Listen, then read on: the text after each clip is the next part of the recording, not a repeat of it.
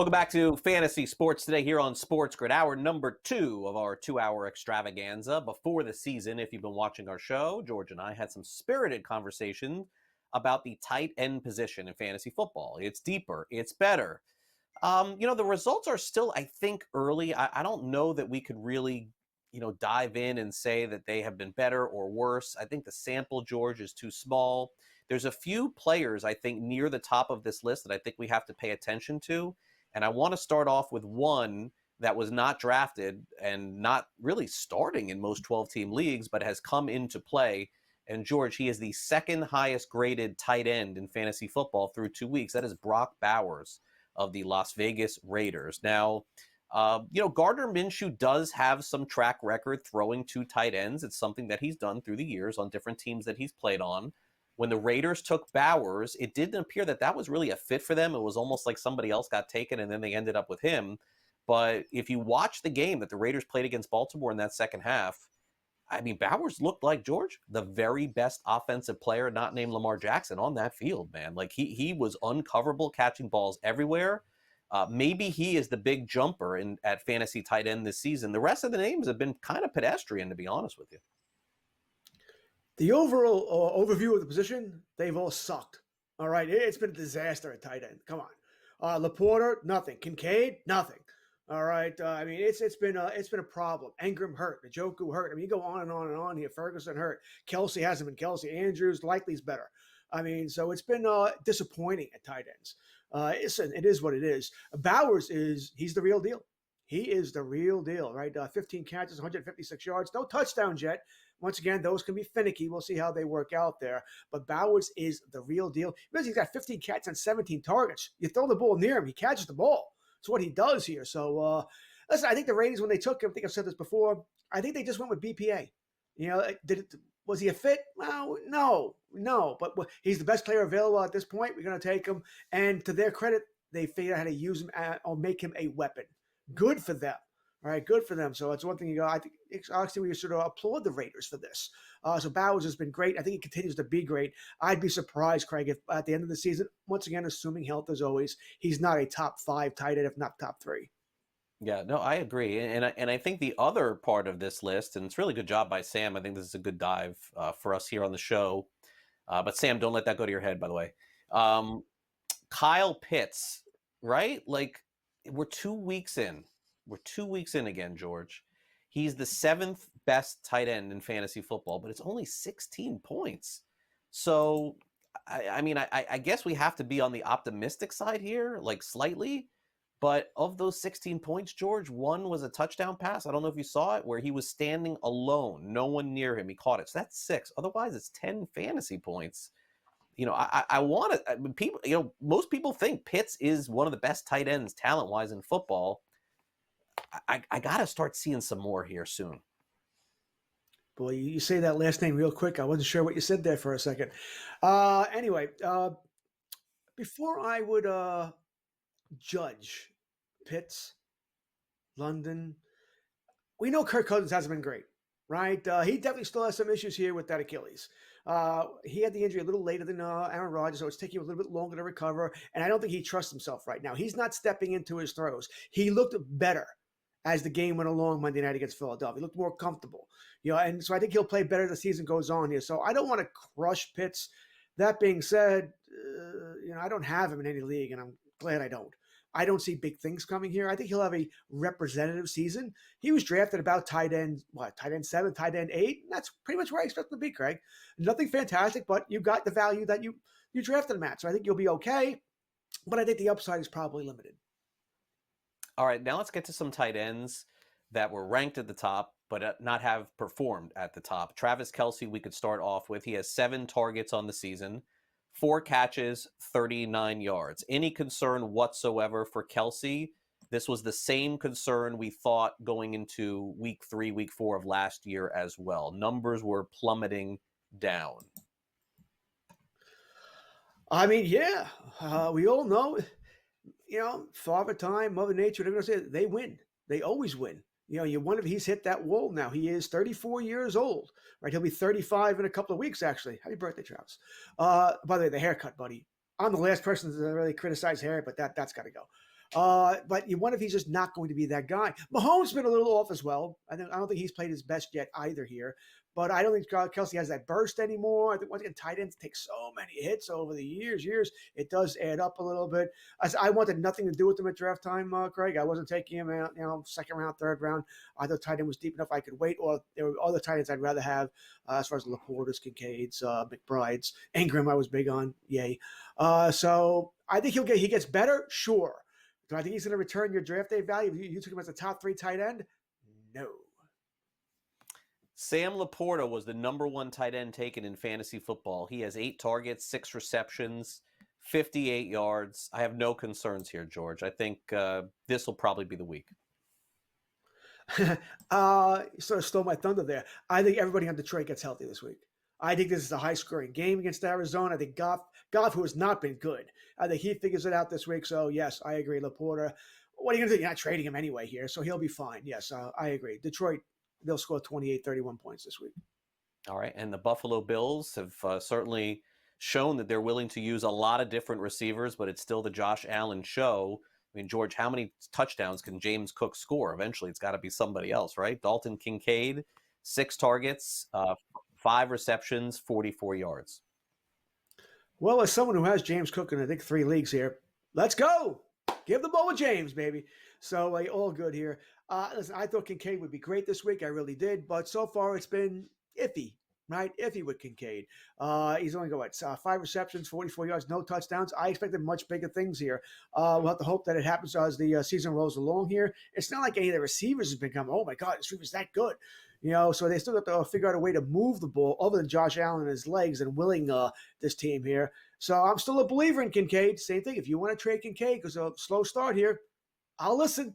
I don't think I really need a tight end in any league, but I might have Jason Ferguson in a couple of leagues here, so maybe I do. But I believe in Kincaid. I'll hope still here. He'll be fine. All right. And then finally, George really liked Mark Andrews going into the season. And I'm sure right now, George, he has not gotten off to a great start. But what I would say is that his start through 6 quarters was brutal. Absolutely brutal. I don't know what they were doing. And then all of a sudden, George, did you see the second half of that game against the Raiders? He was like the main target. So I'm thinking that that's going to start carrying over to the next games. Why he was no part of the game plan for almost 2 games made no sense to me whatsoever. Craig, was that car accident much worse than they let on? That's what I'm wondering here. Remember, he wasn't involved in training camp most. They sort of blew it off here, that it was no big deal here. And then you heard Andrews mention that he'd be dead if not for a seatbelt. Now, what God told, whatever. So how bad was that? That wasn't a fender bender. That was a much more serious accident than they're letting on here. And I wonder if that's what happened here. All right, you said it. He played better in the second half against the Raiders. They played Dallas this week. Dallas generally not great with tight ends. Not terrible, but not great either here. So we'll see. But the problem, maybe more than Andrews, is that Likely has looked really good and looks fast. Right? Likely looks fast. Andrews looks a little slow. So I think that could be a problem as well. Yeah, and also keep an eye this week on George Kittle of the San Francisco 49ers, struggling through some injuries right now. We'll see if he ends up playing on Sunday. But those are the tight end scoring leaders as we approach week 3 in fantasy football. Let's do this. Let's take another time out here on the show. We'll take a look at some fantasy props coming up next. George and Craig here with you, of course, every single Saturday morning and throughout the day, getting you ready for fantasy football on Sunday. You know who else is doing that? Joe Pisapia and Matt Stryker. They're getting ready for their Sunday morning show, so make sure you tune in before Pro Football Today exclusively here on SportsGrid. George and I will be right back after these messages with more FST. Don't go away.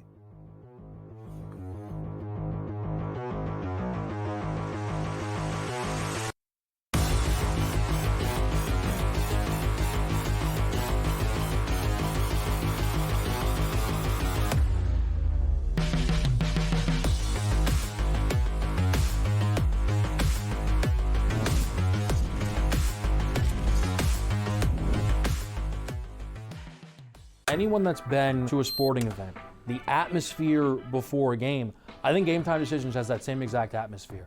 This is our arena. This is what we do. There is going to be an energy to Game Time Decisions that you will feel night in and night out. The excitement you get when you lock your bets in, when you're figuring out what you want to do, we can zone in on the biggest games each night, I want this to be the place that people come to before the games start so they feel as ready as possible to lock in their cards. We are going to hit every single one of those markets that you need to know about. We're gonna go through every single thing, and I've got a great team behind me that's gonna help me get the job done. There is not gonna be a better place, I promise you, than Game Time Decisions to get that new information, react to it, and be able to then bet accordingly. We will have everything at our disposal, and we will use that to our advantage. I'm Kevin Walsh. Tune into Game Time Decisions from 6 to 8 p.m. Eastern on SportsGrid. It's a new era in CFB to start off this year, put on full display. My take on this game is simple. I know some people will be upset about it. Good riddance to the Pac-12. Can you do it in terms of the week to week to week? I don't see a pathway for this team to miss the college football playoffs. We want to make sure you have those best bets in the entirety of our betting cards. That was Lincoln! But he had that program was already going there! Only on SportsGrid. The sharpest football contest show in the land, the Las Vegas Football Contest Show, focuses on Circus Sports Million, Circus Survivor, and the Westgate Super Contest, handicapping the games and releasing our contest picks every week of the season. With two former Super Contest winners, Brady Cannon and James Salinas, a former NFL player, Mike Pritchard, and over $1 million in contest prize money won combined, the Las Vegas Football Contest Show will have you prepared this season like none other.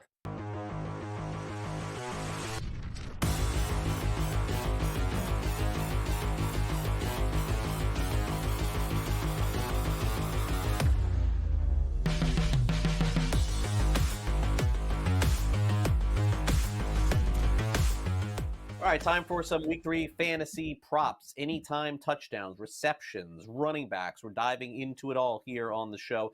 And again, keep in mind, we're here on Saturday. Pro Football Today coming up Sunday. They're going to tell you who's in and who's out. So all of these props have to be taken with a grain of salt, especially with the injury ones. So I wanted to throw that caveat, George, out before we hit on Justin Jefferson, who is basically even money. A little, I mean, you say plus money, but it's really not. Plus 100.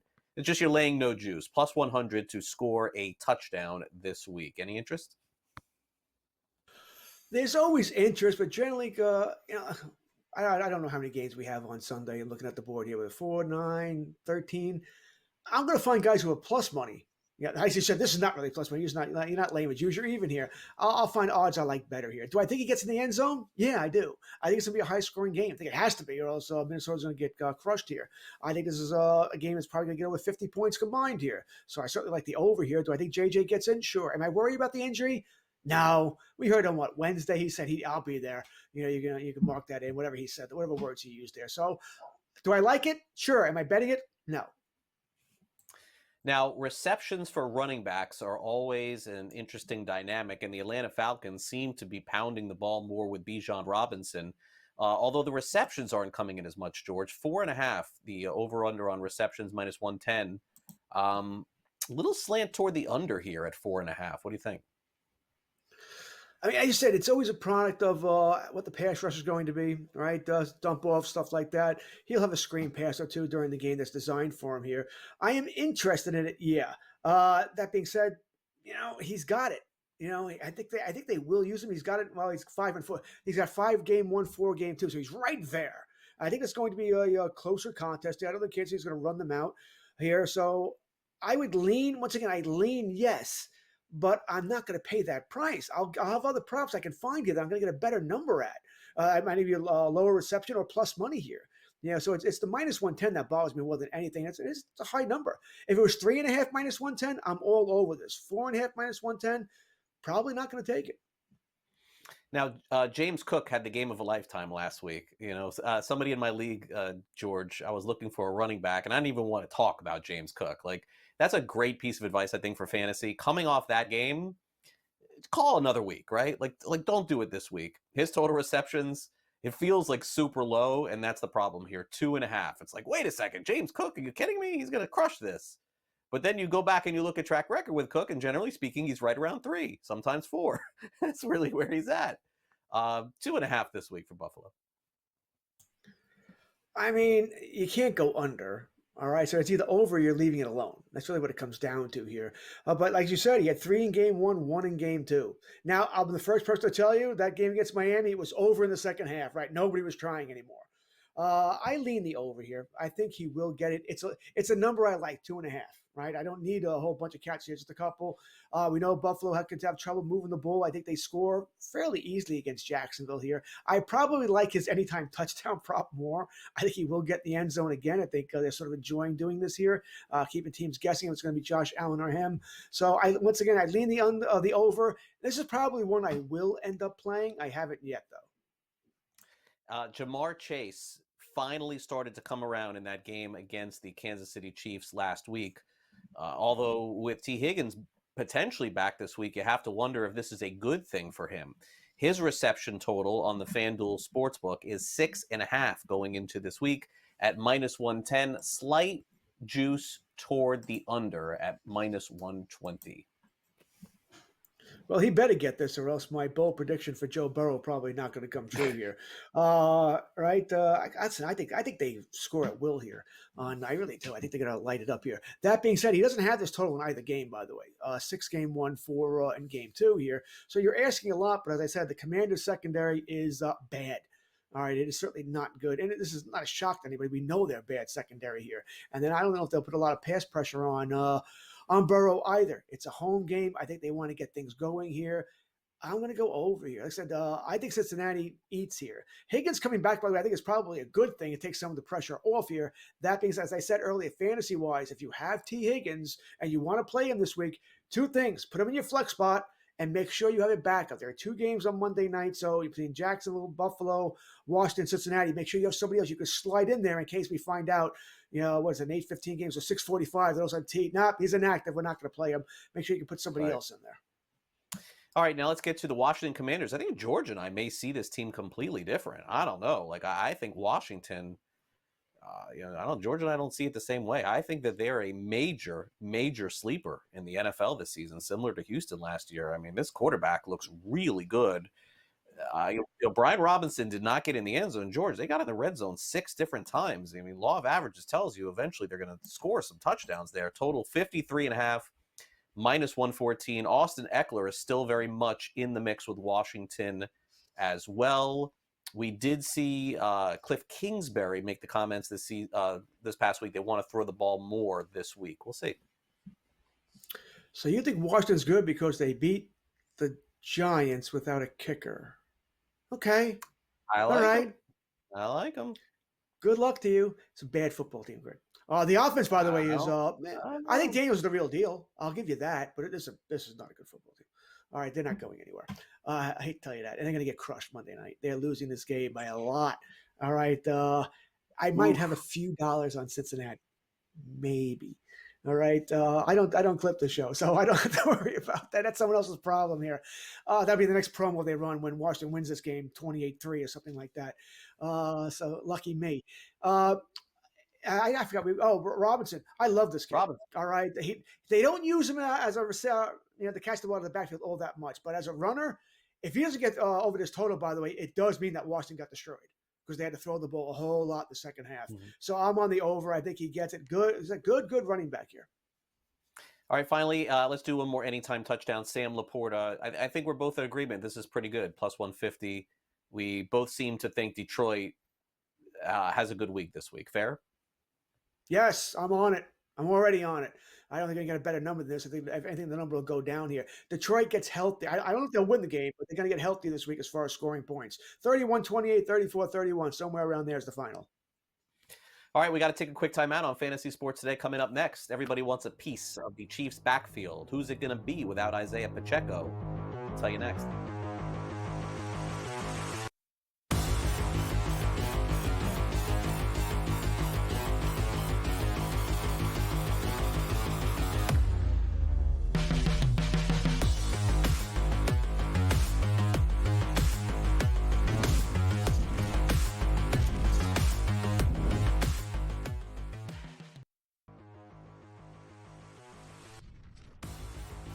Do we have a fantasy star on our hands here, George? Here is the question with Jaden Daniels of the Washington Commanders. A lot of folks went into the fantasy season saying, hey, look, maybe this isn't Anthony Richardson, but it could be the next best thing. I'm here to tell you, I don't know. I'm sort of feeling like Daniels could be better than Anthony Richardson.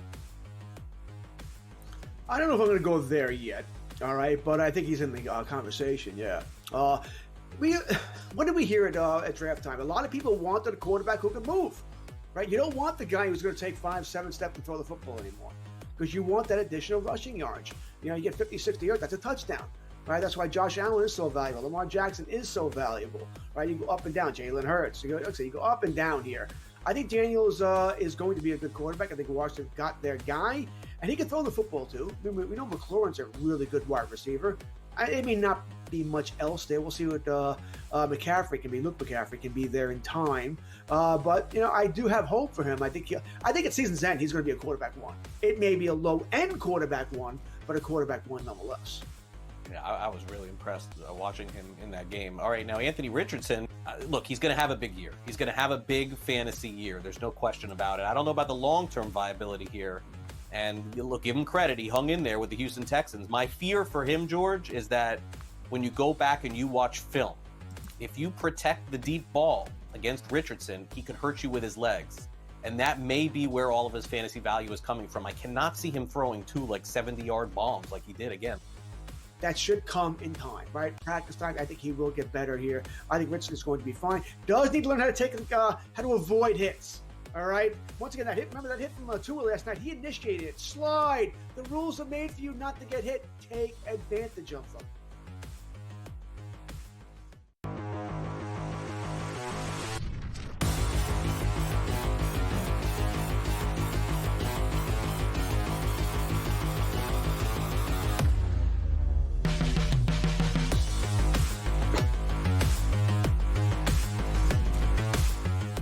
You know, last week on the show, we discussed how the San Francisco 49ers, their running back situation is eerily similar, even with a Shanahan coach, to the old Denver Broncos days when Terrell Davis was there and Olandis Gary and Mike Anderson and Reuben Jones. And it didn't matter, just like Jordan Mason is now the guy in San Francisco and he's piling it up. So, George, I don't think it's fair to say that the Chiefs are that like Denver. I don't think that that's fair. But because of Mahomes and the weapons that they have, a Kansas City Chiefs running back is a must start in fantasy. But here's the interesting note. This is the first time I can remember going into a week where you can't really give me a guarantee of an RB1, of an RB2. Now, some people, they go back a couple of years and say, Clyde Edwards-Helaire when he was on the end of the line there, like, would you start him, would you not? But he was still sort of like a flex option until he wasn't, and then somebody else was, and it was Isaiah Pacheco. But I gotta tell you, with knowing Kareem Hunt is on the practice squad this week, Andy Reid made that announcement on Friday, so for those of you who have him, do not play him. I can't guarantee myself a Carson Steele start. You know what I'm saying? This is a really... This has to be one of those weeks where I have to be desperate in order to play a Chiefs running back first time in a long time. Agreed. I mean, this is a situation I would hope a lot of us can just stay away from and avoid. Because you're trying to guess which one of these guys is going to be Pirine, is going to be Steele, is going to be Hunt if and when he gets activated, which, by the way, would have to happen by 4 o'clock today for him to be to play tomorrow. I don't think he's going to play right up the street here. I don't think. They said no. They said no. He's out. They did say no. All right, so he's out. So that clarifies it. But we know that's coming. All right, maybe it's next week. Maybe it's the week after. That's coming. And plus, we're going to have CEH when he's activated in 2 weeks. It's just going to be it's a quagmire. I also think, because this is how if I was Andy Reid, and listen, multiple Super Bowl winning coach knows more than I do, but I would probably go with the hot hand. Even if I start Steele, if he's not doing well, and Pirine comes in, he is doing well. Guess who's getting the ball? It's Pirine, right? Because I don't love any of these guys, so I'm not dying to start any one of them here. I would hope you have better options. I don't have any ranked any higher than a flex, so none of these guys are in my top 30. All right, you talk to these guys, and I don't even know. I don't feel great about ranking any of them because I don't know. There's not even the guy who's going to be the touchdown guy. You know, at least that guy, all right, they get to the 1 yard line. At least I might have a shot to get in the end zone, get a vulture touchdown, whatever it might be. And I don't even know who that is. I kind of lean towards P. Ryan, but like I said, I only got Pacheco in one league. I didn't pick up anybody off the waiver wire in Kansas City this week. I didn't want to deal with it. And the prices I saw these guys were going for was like, wow. There are some people who believe much more than I do in a P. Ryan or in a Steele or even in Hunt. I saw Hunt go for a quarter of someone's budget. Where'd you think this? Did you go back in time? I mean, you take a time machine back 5 years and you think he's that guy? No, because I certainly don't. Yeah, so let's talk about Steele here for a minute. I mean, George, will he catch any passes on Kansas City at all? Like, I don't think so. And on top of it, there was no expectation for him to do anything against Cincinnati until Pacheco came out. And now teams have to game plan for him. And I mean, look, he could be good. I don't know the answer to that. He could get the ball on the one. He certainly could. They could also use these wide receivers near the goal line too. So nothing would surprise me. I guess the question that I would have amongst this, if we assume that these are all Band-Aid options, including Hunt, you know, I read the article on Clyde Edwards-Helaire. Okay, I read it with the PTSD stuff. He's got a lot of stuff going on. But George, is that the play right now? Is it pick up Clyde Edwards-Helaire and stash him and and wait 2 more weeks, because he could get activated in a couple of weeks? It's this very serious condition he has. So I don't know what the outcome is, but they're not giving much information or updates. I think if Edwards-Helaire is out there and you have a dead spot on your roster, you go grab him, because if you grab him now, what does he cost you? $1?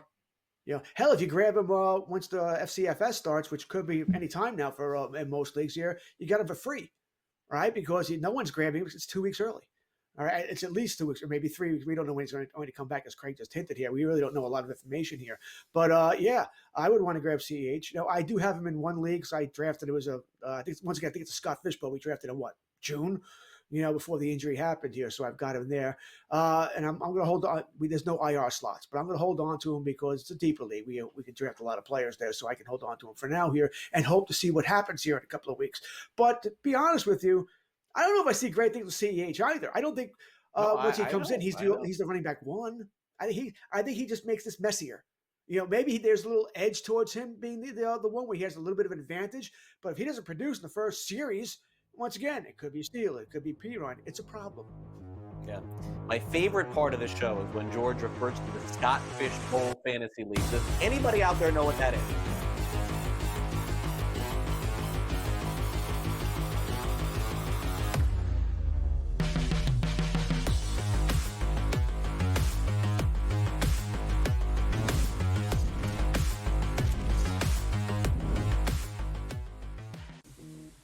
Right here with you on Pro Football Today on SportsGrid. Odds in motion, trying to see what lines have moved throughout the week. Never felt more comfortable in this set than I do for this year. I am ready. I'm just getting angry. The hot takes are going to be here all long, people.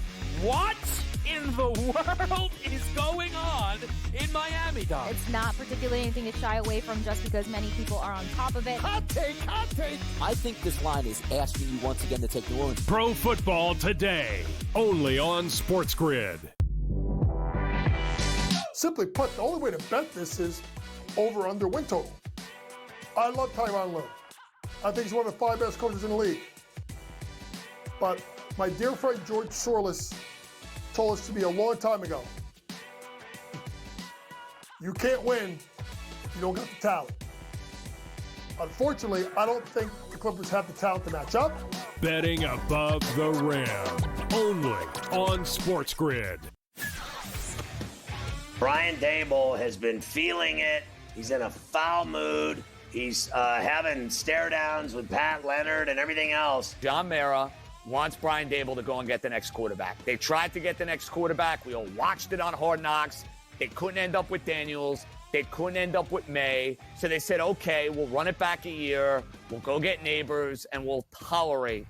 Pharrell Coast to Coast, only on SportsGrid.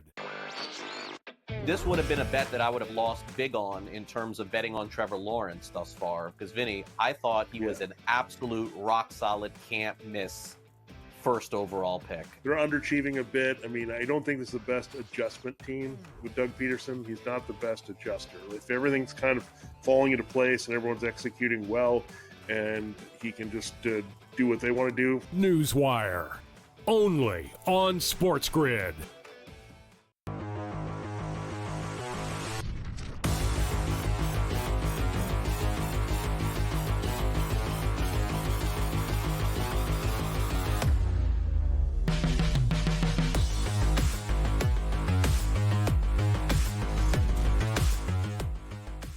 All right, you've been watching the show now for an hour and then some, maybe an hour and a half. You're like, you haven't hit on any of the players that I want to know about. Now, here's the good news, folks. Time to go rapid fire. We're going to go through all of these games in as many games we can in fantasy football, things we maybe haven't touched on. So let's get started here, George. High total in this Eagles-Saints game, pushing 50. Eagles, without a doubt, underachieved last week. How they didn't win that game, I have no idea against the Atlanta Falcons. Maybe kick a field goal once in a while. Maybe that'll work. Saints have overachieved in this game. Jalen Hurts is a starter. The running back position is Saquon Barkley as a starter. Let's get into the Eagles pass catchers here, George. Are there must-start players outside of Devonta Smith on that offense? Well, Barkley, of course. Outside of that, I mean, I'm kind of interested in Goddard. I'm going to have as an anytime touchdown this week. Once again, that's a gut feel play. I would not say he's a must start at all at tight end, but he's probably a top 12 tight end anyway. But outside of that, no. Right? A.J. Brown is not going to play, so that's sort of that's awful. And I think it hurts the whole offense there. So no, outside of him, no. The Saints, Shaheed goes, Olave goes, Kamara goes. I mentioned Carr is a borderline on a 10-team league, borderline quarterback one here. Certainly in any kind of 2-quarterback league, you start them. Now, on the New Orleans Saints, Rashid Shaheed, who we illustrated before, is a must-start. Alvin Kamara, we're dialing it back. He's got to be, RB1, rock solid right now. And Carr. Taysom Hill, I saw, got banged up in the last game, George, and hasn't really been much of a factor yet. Is there any other key factors here? I know that you still like Olave a lot, but I'm trying to talk you out of that. Well, good luck talking me out of that. That's not going to happen. Not in week 3, anyway. I'll go with Olave here. Taysom Hill is he's questionable for the game. If you're starting him, I don't know, what does your tight end situation look like? That you can't start anybody. He's not doing anything. They don't need him. They don't need him to play that gimmick role because their offense is rolling right now. So no, I don't want Taysom Hill this week here. I said, if you're starting him, did your league start 2 tight ends and there's no one else left? That's the way I kind of look at it. There's got to be a better tight end right now that you can go for than Taysom Hill. All right, Texans-Vikings. Let's get to the Texans here because it's trending toward Joe Mixon not playing. Damian Pierce, who was the starting running back for the Texans last season, was a fantasy sleeper in a lot of leagues, was not, and he is out again this week too. So Houston turns to Cam Akers. I would also say, George, call me crazy, DFS, 14-team league, sleeper leagues, Dare Ogunbowale. Remember that guy? I don't even know. Did I get his name right? Ogunbowale? I don't even know. Did I get it right? Am I close? Okay, good. Sam said I got it. Good enough for me. He is the backup to Akers. I don't know, man. I'm just saying. Cam Akers, 3 carries, 5 yards. Could we see some mix-up there? For Minnesota, it's pretty clear-cut. We talked about the quarterback. Obviously at this point, actually the running back's a little banged up, Aaron Jones with Minnesota as well. But I think we go in with a clear head here, but clear up the running back situation with Houston for me. You want Akers. He's the guy you want. I'm not going to go. And by the way, I applaud you for going at that name for you. Dario. That's who he's. Dario Ogunbowale. Boy. Some of these names, and I'm the hockey guy, right, who has to pronounce some of those Eastern European names. That's a lot of fun. And I'd usually give up on that as well here. So Akers is the guy you want for your running back here. I think he's going to get a majority of the carries here. Why do you just look at the team and you see his name and you come on, go deeper, George. You can do this.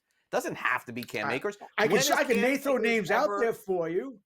When has Akers is a decent running back. Akers will put up a representative total here. He's never done anything. Akers is going to be 5-game stretch in life. Listen, why not just go take British Brooks? All right, he's the third string guy. Go for it. Okay, that's what I'm saying. Dive deep.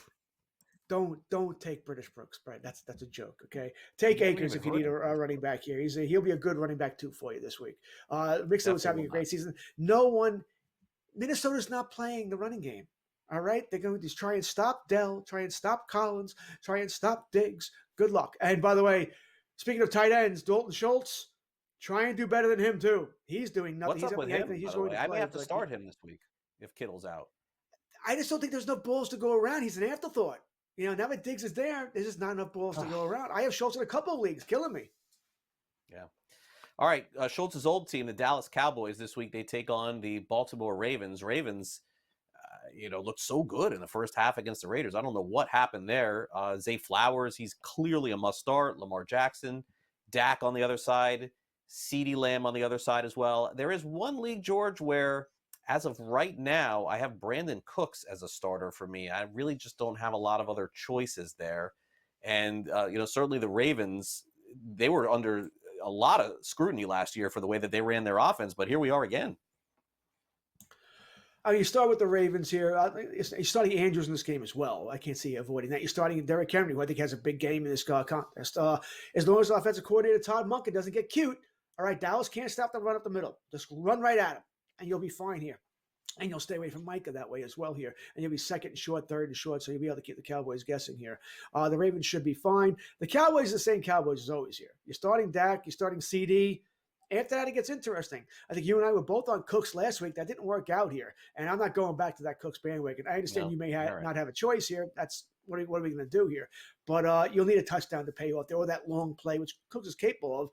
I mean, if you're looking at it, you want to throw a dart blindfolded backwards and hope you hit, be Jalen Tolbert. That maybe he can be that second wide receiver for the Cowboys. But like I said, that is a blind dartboard throw that you're just hoping hits here. Ferguson should be back for Dallas as far as tight end. If he starts, he should be in your lineup. He is the Dallas second best pass catcher after CeeDee Lamb. All right. Now, all hands on deck in this next fantasy matchup. It's the Lions and Cardinals. Cardinals did throttle the Rams, but the week before, they let Buffalo have their way with them. So you would imagine that these two teams may put up points in the 50s this week. I think it's just basically play everybody. And with Detroit, the names are really easy. It's Sam Laporta, Amon-Ra St. Brown, David Montgomery, Jahmyr Gibbs. I mean, these are really, easy 101 fantasy names to pick. How about the Cardinals here? Would you go deeper at the wide receiver position with them this week, George, or is it just the standard names that you would play? Harrison was, of course, the big name last week. Yeah, that's the game we're playing here. How deep do you want to go? Everybody you name gets started here. Do we want to go Michael Wilson, Greg Dortch? That's really what it comes down to here. And with all the injuries, once again, throughout, I think Wilson's a definite play. All right, as you said, you and I both believe this game into the 50s. A lot of points. They're not all going to go to Harrison. They're not all going to go to McBride. Someone else got to do some damage here. So I'm on Wilson. Dortch would be a deeper play. Keep in mind, Dortch is also questionable for the game, so we want to check that injury report there. But that, like I said, just for giggles here, if it was Dortch or Brandon Cooks, I'd rather have Dortch. That's what I was going to ask. You don't have that choice, but I'd rather have Dortch. I do have that choice. I'd rather have Dortch. Assuming he plays. How about Wilson or Cooks? Wilson's an easier choice. He's the number 2 wide receiver there. Wilson's an easier choice there. He's not great or anything, but he's a good, solid NFL wide receiver too. Cooks is not that anymore. He's not even a good deep threat anymore. As he's older, he's slowed down. I would rather have Wilson. Yeah, maybe I'll just cut Cooks this week. Let me ask you one more question before we get to this too, because I know this is crazy and embarrassing. I have 2 fantasy defenses, which you shouldn't have, but I do because I didn't want to cut one and let somebody else play him against me. But I have to pick one for this week. I have coming up on Sunday, Seattle against Miami, or I have the Raiders against Carolina. I want to cut one of them Saturday and pick up another receiver. Who would you cut amongst those 2? I would cut whichever one as late as possible. This way you can. But who would you play? I would probably play the Raiders because you want Max Crosby and those sacks against Dalton. Yeah.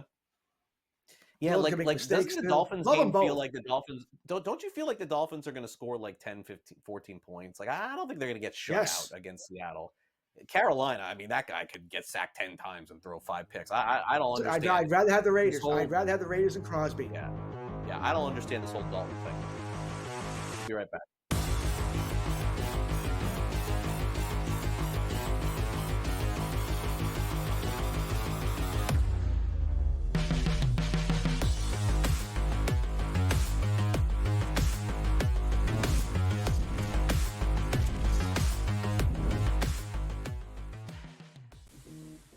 right here with you on Pro Football Today on SportsGrid. Odds in motion, trying to see what lines have moved throughout the week. Never felt more comfortable in this set than I do for this year. Brady, I'm just getting angry. The hot takes are going to be here all long, people.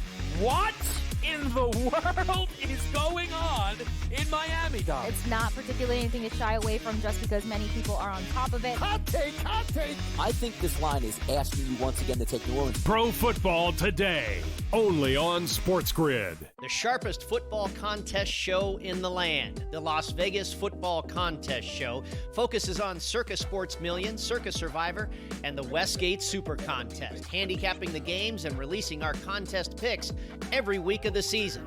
With two former Super Contest winners, Brady Cannon and James Salinas, a former NFL player, Mike Pritchard, and over $1 million in contest prize money won combined, the Las Vegas Football Contest Show will have you prepared this season like none other. There is going to be an energy to game time decisions that you will feel night in and night out. We're going to go through every single thing, and I've got a great team behind me that's going to help me get the job done. I want this to be the place that people come to. We are going to hit every single one of those markets that you need to know about. There is not going to be a better place, I promise you, than Game Time Decisions. We will have everything at our disposal, and we will use that to our advantage. I'm Kevin Walsh. Tune into Game Time Decisions from 6 to 8 p.m. Eastern on SportsGrid. Crew has already clinched the National League Central. They're 2 games behind LA. That being the Dodgers trying to maybe get the 2nd seed in the National League standings for October. Both of these teams have a chance to score some runs against these pitching matchups, so maybe another over, even though we do have a playoff atmosphere. And yes, Milwaukee did clinch, but there's still an eye on the prize of we might be able to chase down the Dodgers and also the Phillies to get one of those buys. The early line, only on SportsGrid.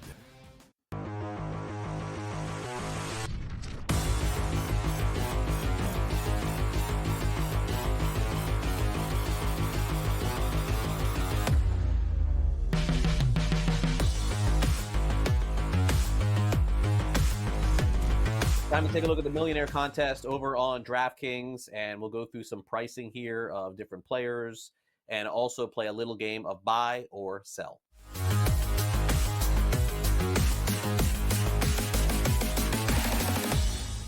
All right, so green button is buy, red button is sell. George, let's start off with the quarterback of the Houston Texans, C.J. Stroud, who, last week had a tough week against the Chicago Bears.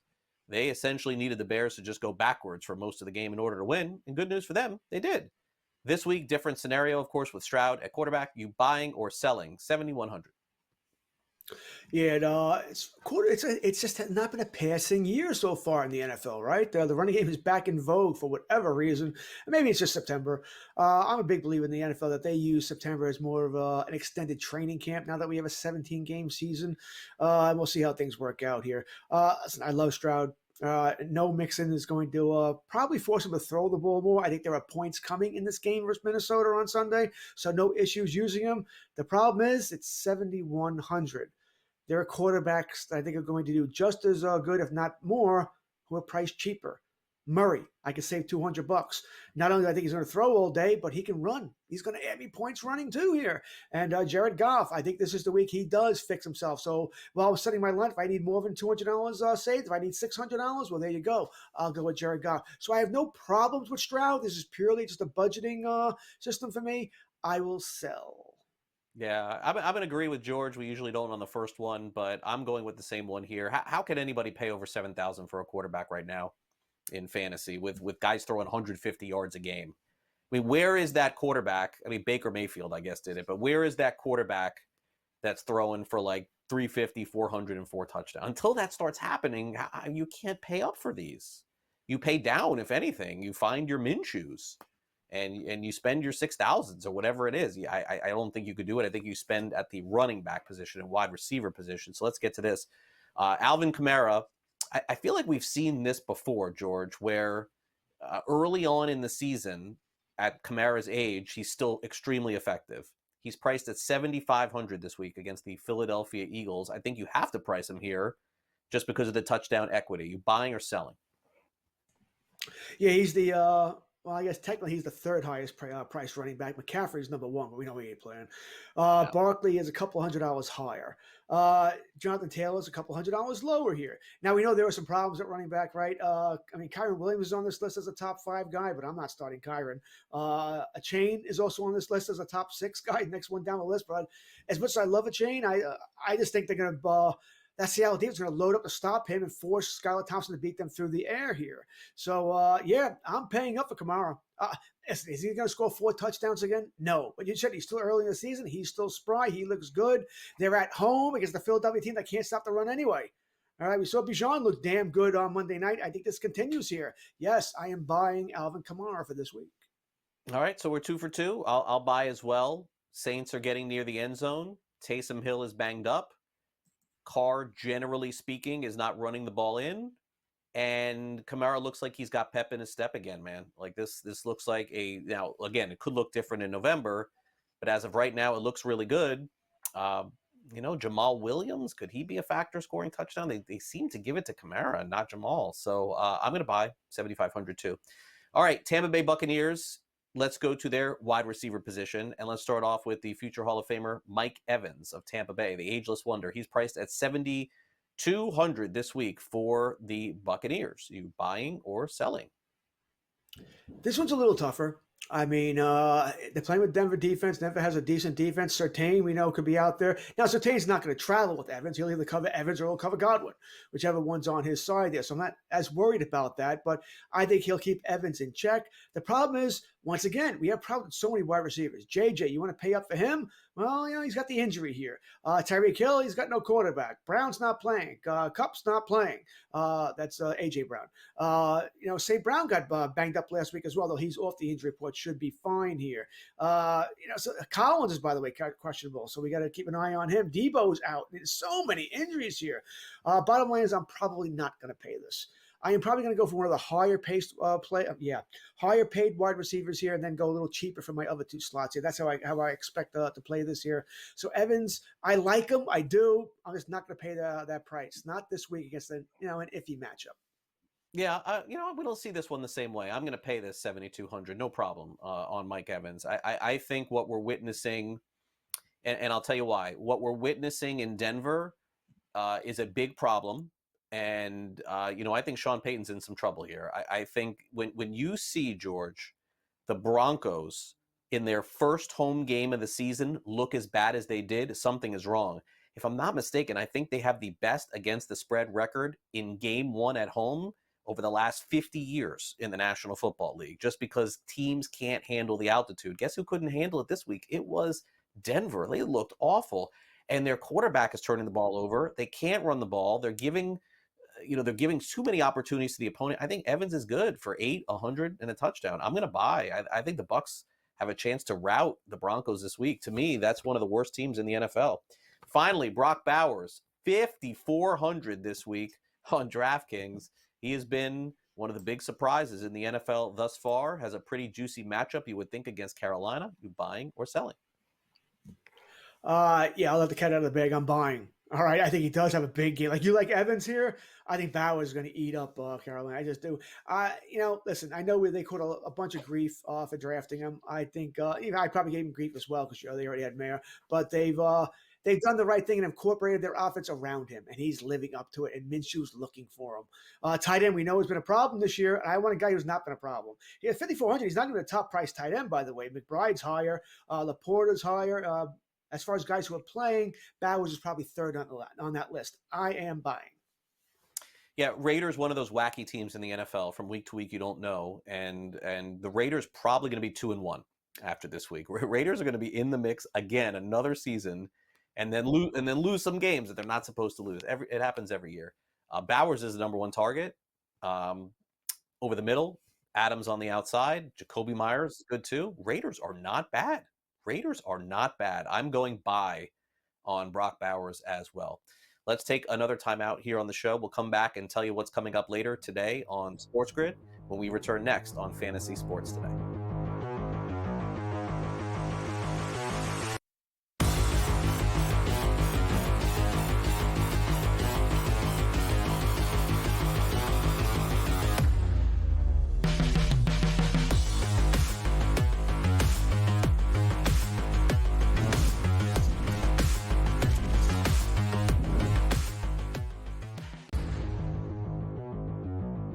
You say this is a smash. I'm going to run out and smash my button while you talk about Ramondre Stevenson. I don't think the Bengals defense is one that you should be fearful of. I think they're middle of the pack.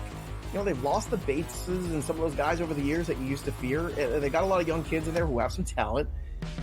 But at the same time here, I do expect Ramondre to be a guy that is going to revert back to what he did a couple years ago. Fantasy Sports Today, only on SportsGrid. This would have been a bet that I would have lost big on in terms of betting on Trevor Lawrence thus far. Because, Vinny, I thought he was an absolute rock-solid, can't-miss first overall pick. They're underachieving a bit. I mean, I don't think this is the best adjustment team with Doug Peterson. He's not the best adjuster. If everything's kind of falling into place and everyone's executing well and he can just do what they want to do. Newswire, only on SportsGrid. Brian Dable has been feeling it. He's in a foul mood. He's having stare downs with Pat Leonard and everything else. John Mara wants Brian Dable to go and get the next quarterback. They tried to get the next quarterback. We all watched it on Hard Knocks. They couldn't end up with Daniels. They couldn't end up with May. So they said, okay, we'll run it back a year. We'll go get Neighbors, and we'll tolerate. Pharrell Coast to Coast, only on SportsGrid. Simply put, the only way to bet this is over under win total. I love Tyronn Lue. I think he's one of the 5 best coaches in the league. But my dear friend George Sorlis told us to me a long time ago, you can't win if you don't got the talent. Unfortunately, I don't think the Clippers have the talent to match up. Betting above the rim, only on SportsGrid.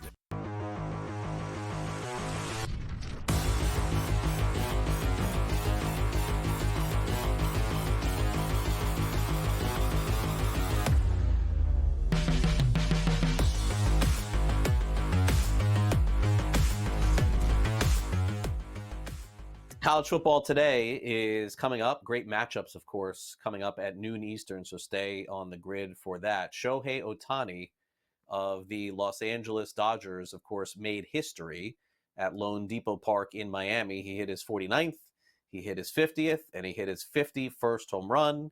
As I reported the other day, the fan did not give the ball back. And the reason why, George, he did not give it back, because I have exclusive information, because he gave it to me. Nah, I'm just kidding. I'm just kidding. That's not it. But what if it was? What if it was? You wouldn't be here if it was. It was. I'm in a tough spot in the media. I don't know. I mean, I would definitely not want to give it back, George. Just being honest. But I probably would have been in the position to have to give it back. But anybody who, sort of understands the dynamics of milestone baseballs, you're a fan, you're at the game, you deserve to do whatever you want with it. The only thing that I would say that I've changed through the years is that if a rookie hits it out and he's like not heralded or anything like that, I think a nice picture and give the ball back. I mean, I have a son playing baseball too. If I couldn't get his ball back for college or high school or something, I'd be really upset with his first hit also. But that fan owes him nothing, right, George? Yeah, Gabe and I talked about this last night on Rage. I'm not giving the ball back. The best I would do is, let's just say for giggles, that I knew the ball was worth $2 million. If Ohtani over Dodgers wanted to give me 1.6, close enough, and sign balls, bats, jersey, whatever else, fine, I might see that. But that's your college, that's your kid's college education. That's your house paid off. All right, I paid my ticket to the game. I caught the ball. The ball is mine, and that's 9/10 of the law, right? The ball is yours. So no, and listen, I'm as big a baseball fan as anybody else. I'd love to give the ball back, but that ball, I'd like to see it be right behind me on my mantelpiece. I got a Joe Torre signed ball back there, but no, that's going in a safe deposit box somewhere, and I'm contacting a lawyer. Where's the box, George? Wouldn't you like to know? Exactly. That's when you start opening accounts at multiple banks, by the way, so nobody knows. I think the ball's worth a couple $100,000. $200,000-300,000. That'd be my guess as to what it's worth. I mean, I don't think it's $1 million. I think a couple $100,000 is what it's worth. I think it's more 50-50. Nothing ever done. I think it's gonna be worth more than that. I don't know if it'll make $1 million. You may be right, but not that much more. I do not think it's $1 million ball. I think half of that, maybe less, would be my guess. Anyway, we'll sell it to Ben Stevens. He's coming up next. All right, let's hit the end of the show here. It's time now for the SportsGrid 60.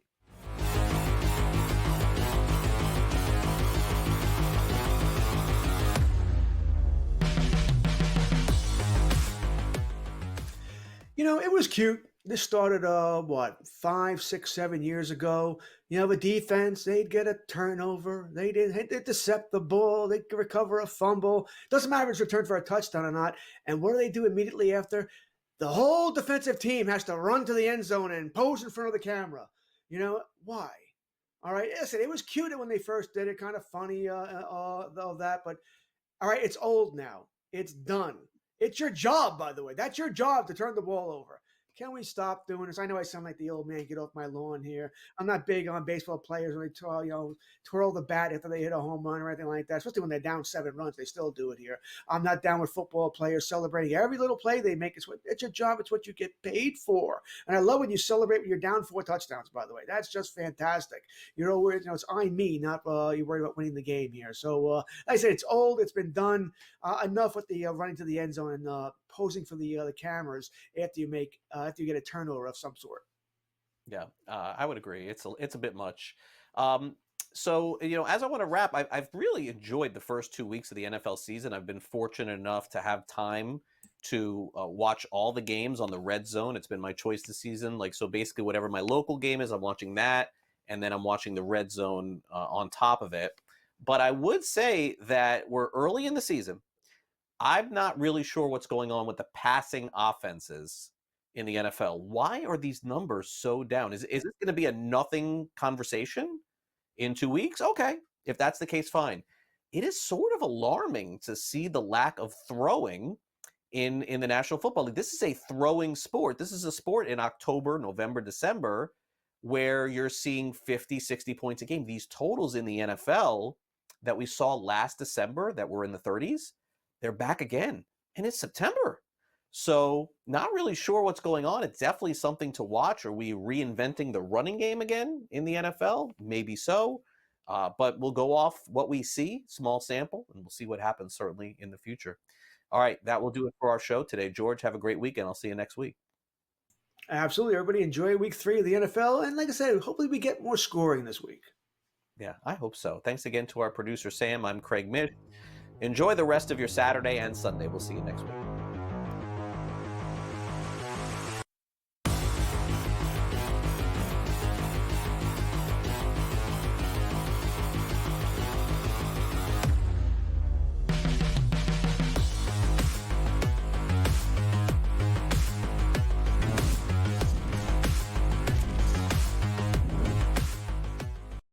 Anyone that's been to a sporting event, the atmosphere before a game, I think Game Time Decisions has that same exact atmosphere. This is our arena. This is what we do. There is going to be an energy to Game Time Decisions that you will feel night in and night out. The excitement you get when you lock your bets in, when you're figuring out what you want to do, we can zone in on the biggest games each night. I want this to be the place that people come to before the games start so they feel as ready as possible to lock in their cards. We are going to hit every single one of those markets that you need to know about. We're going to go through every single thing, and I've got a great team behind me that's going to help me get the job done. There is not going to be a better place, I promise you, than Game Time Decisions to get that new information, react to it, and be able to then bet accordingly. We will have everything at our disposal, and we will use that to our advantage. I'm Kevin Walsh. Tune into Game Time Decisions from 6 to 8 p.m. Eastern on SportsGrid. It's a new era in CFB to start off this year, put on full display. My take on this game is simple. I know some people will be upset about it. Good riddance to the Pac-12. Can you do it in terms of the week to week to week? I don't see a pathway for this team to miss the college football playoff. We want to make sure you have those best bets in the entirety of our betting cards. That was Lincoln! But he had that program was already going there! Only on SportsGrid. The sharpest football contest show in the land, the Las Vegas Football Contest Show, focuses on Circa Sports Million, Circa Survivor, and the Westgate Super Contest, handicapping the games and releasing our contest picks every week of the season.